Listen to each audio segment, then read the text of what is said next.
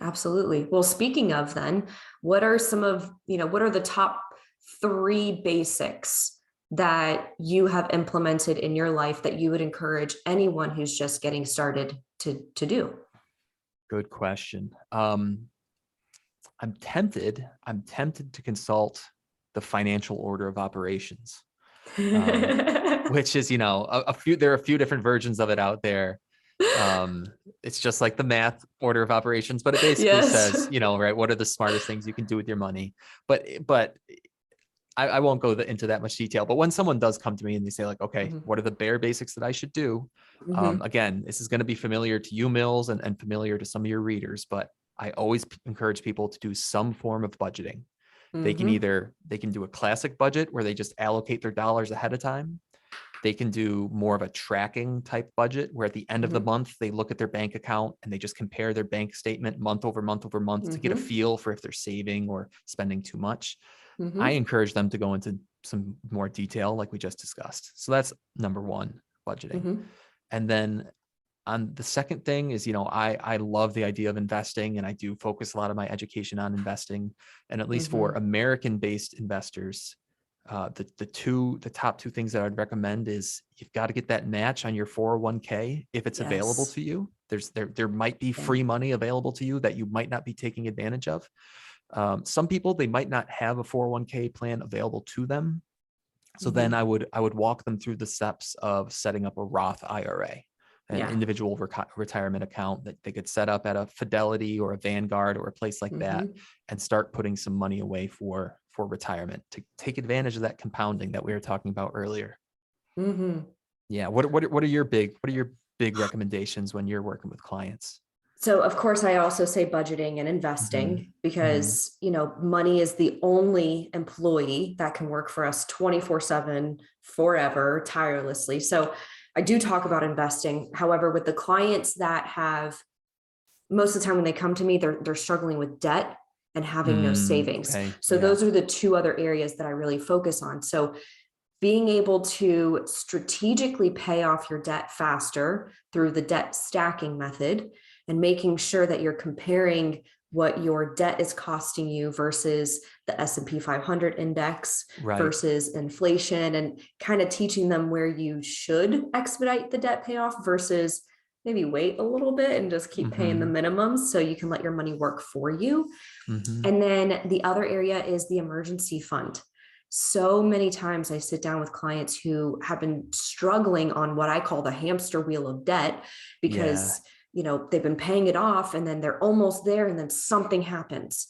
And when that something happens, they have no money on hand to cover that expense. And then they put it back on the credit card and they're back to square one and they're Gotcha. frustrated.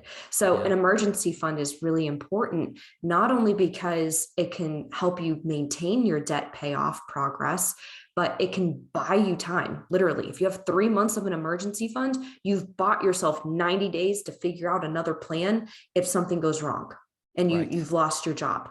And Right. then lastly, variable income earners, it's a good way to supplement your variable income.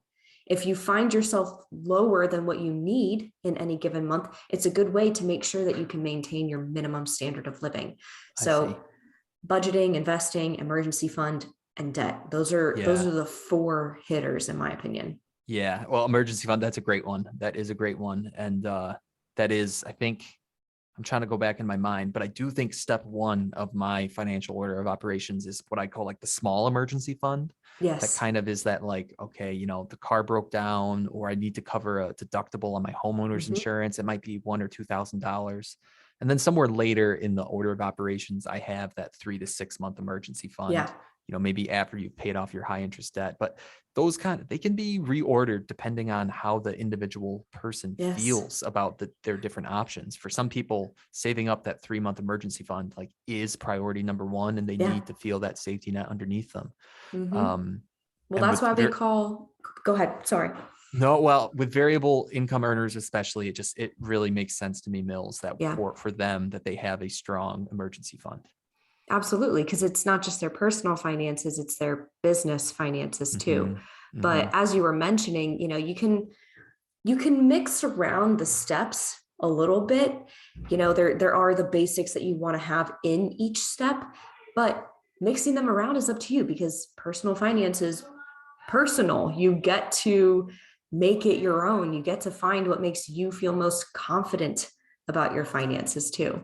Right. So, Right. uh, That's there's a infamous debate in a very small niche corner of Twitter. I like Twitter. It's fun. And I've met a lot of like-minded people on Twitter.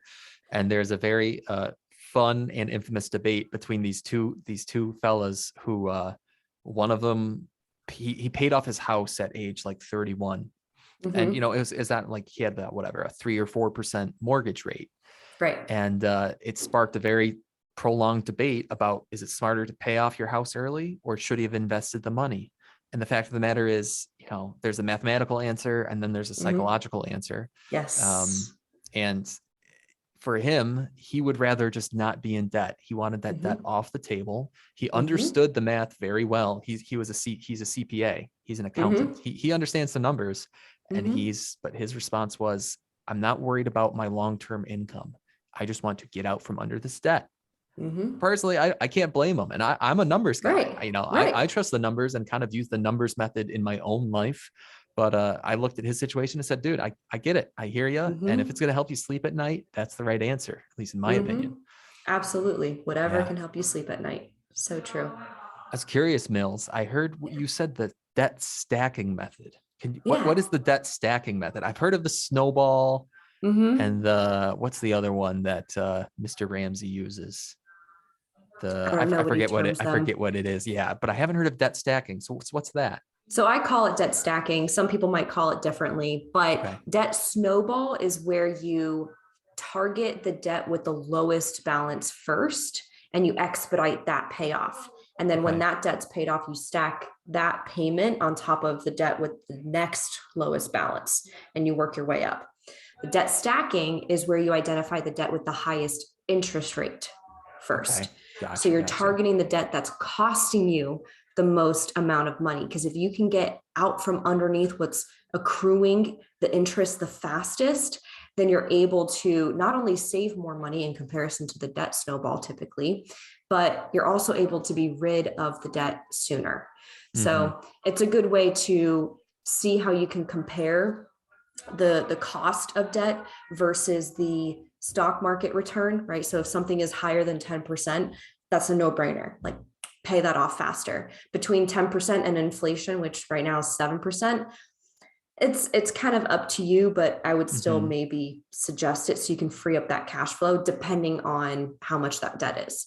And then anything less than inflation, for example, right now it's typically car loans and Like a some student mortgage. loans Yeah. or a mortgage.